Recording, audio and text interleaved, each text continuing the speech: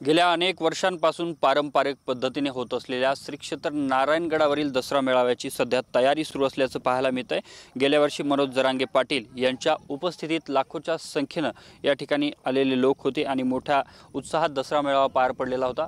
आता जर आपण पाहिलं तर यावर्षीच्या दसरा मेळाव्याची तयारी या ठिकाणी सुरू असल्याचं पाहायला मिळतंय। स्टेज या ठिकाणी करण्यात आलेलं आहे। संपूर्ण जी काही तयारी आहे ती सुद्धा या ठिकाणाहून होत असल्याचं पाहायला मिळतंय। काही वेळापूर्वीच श्री क्षेत्र नारायणगडाचे महंत शिवाजी महाराज यांनी संपूर्ण परिसराची पाहणी देखील केलेली आहे आणि आता आपण जर या संपूर्ण परिसरामध्ये पाहिलं तर काम सुरू असल्याचं पाहायला मिळतंय। 350 एकरवरती या संपूर्ण दसरा मेळाव्यासाठीची तयारी सुरू असल्याची माहिती आयोजकांकडून देण्यात आलेली आहे। मनोज जरांगे पाटील यांनी यावर्षीचा दसरा मेळावा साध्या पद्धतीने साजरा करणार असल्याचं सांगितलं होतं आणि ज्या लोकांना शक्य होईल त्या लोकांनी या दसरा मेळाव्यासाठी यावं असं आवाहन केलेलं आहे। ज्यांना शक्य होणार नाही त्यांनी घरी थांबलं तरी चालेल अशा प्रकारचं आवाहन केलं जातं। दुसऱ्या बाजूला अतिवृष्टी झाल्यामुळेच हा दसरा मेळावा साध्या पद्धतीने केला जाणार असल्याचं सांगितलं गेलंय।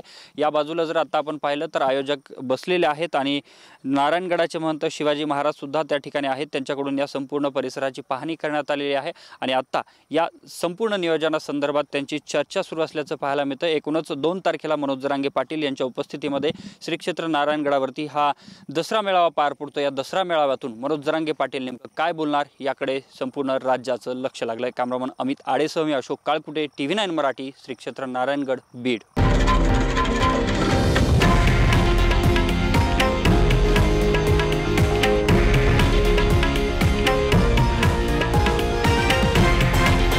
हे आहे देशातील नंबर 1 न्यूज नेटवर्क आणि आपण पाहत आहात TV9 मराठी, एकमेव।